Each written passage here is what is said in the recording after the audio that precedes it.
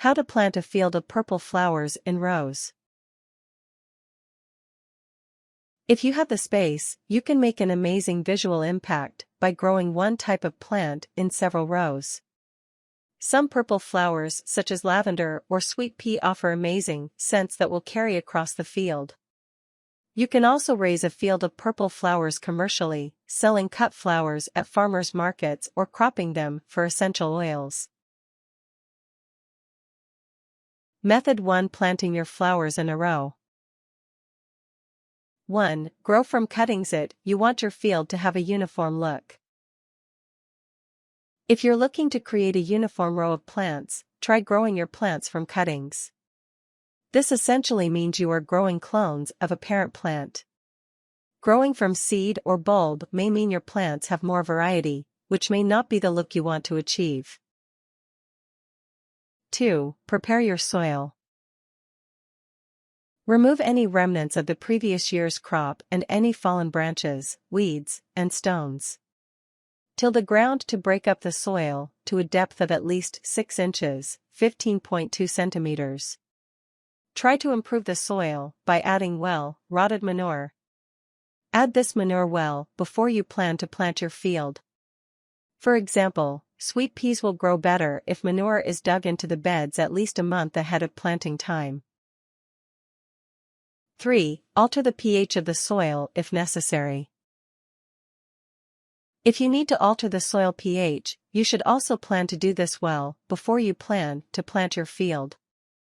For example, if you are growing lavender, which favors an alkaline soil, you might try to add lime to acid soils to raise the pH. 4. Try planting a green manure crop the previous year. A green manure crop is a fast-growing crop that protects the soil's nutrients and the soil structure while the field is bare. The green manure is then tilled back into the soil so the nutrients are returned and the soil is ready for the next crop, your flowers. Green manures include alfalfa, buckwheat, and clover.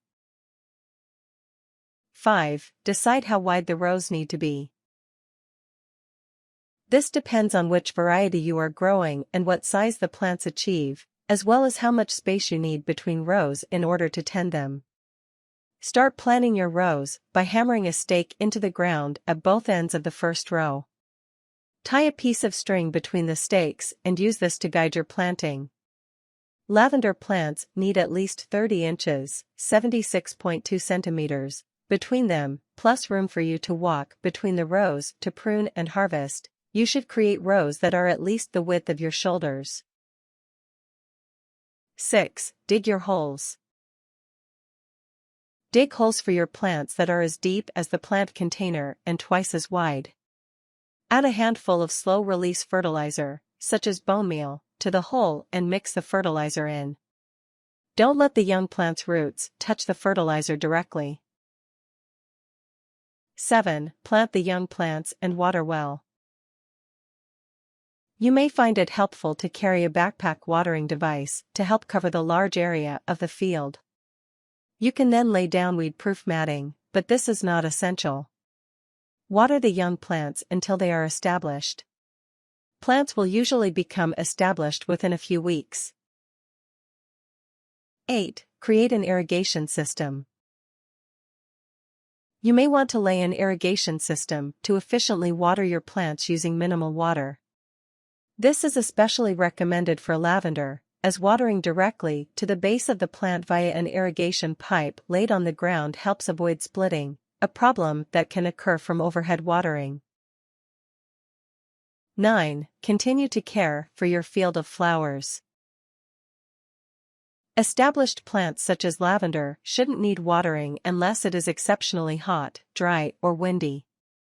Check the pruning advice for your particular variety. Make sure you go out into your field regularly to inspect for problems such as bug attacks or disease.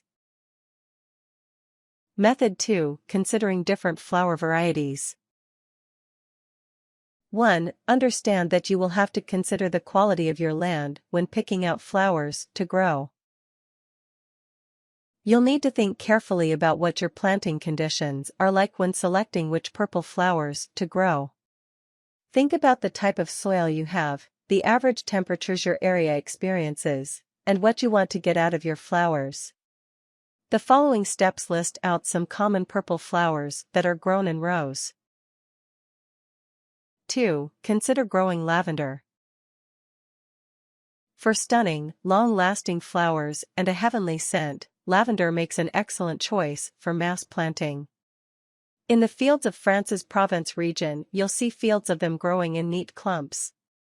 You'll need a Mediterranean-type climate for lavender to really thrive, but the plants will grow in U.S. zones 5 through 9, which means that they can survive temperatures that drop down to 20 degrees Fahrenheit, 28.9 degrees Celsius. If you are in Zone 5, try the hardy variety Lavandula angustifolia, English lavender. Lavender requires really well-drained soil, such as chalk or sand. Avoid growing in clay or poorly drained soil. If you are keen to get oil from your lavender, Lavandula X intermedia yields well. Lavandula stoiches is a good choice if you are in Zone 7 or warmer. Zone 7 means that temperatures do not drop below 0 degrees Fahrenheit, 17.8 degrees Celsius. 3. Take irises into consideration. Irises are easy to grow from bulbs in zones 4 through 9, which means that they can handle temperatures that drop down to 30 degrees Fahrenheit, 34.4 degrees Celsius. They are also drought-resistant. These flowers will make a good choice in an area with lots of deer, as deer generally avoid eating irises. If you grow bearded iris, you may get a second flowering period later in the season.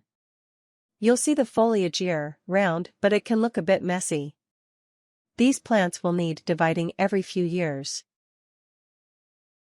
4. Think about growing tulips or hyacinths. If it's early color you want in your field, rows of tulips or hyacinth are ideal.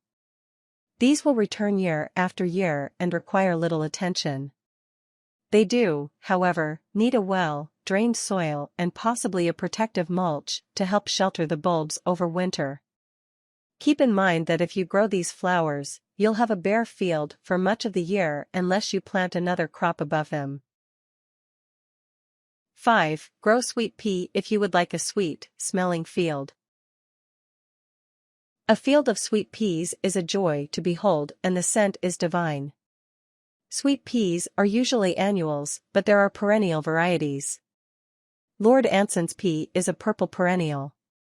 Most varieties will require support and you may need to help train them up their stakes.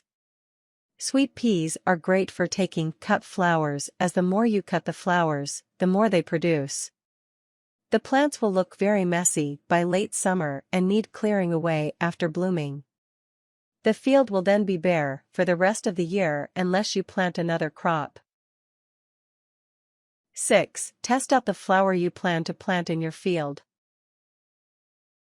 Before you plant an entire field of one variety of plant, it's an excellent idea to test out your local conditions by planting pilot plants of the same variety.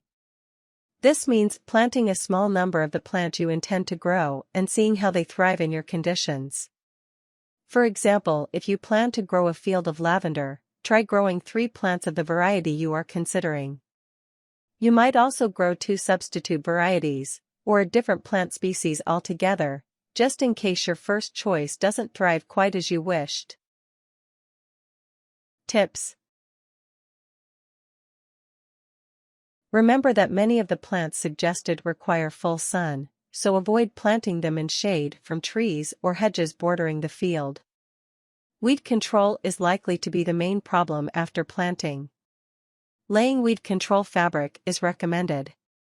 Lavender fields provide year-round contents for your field.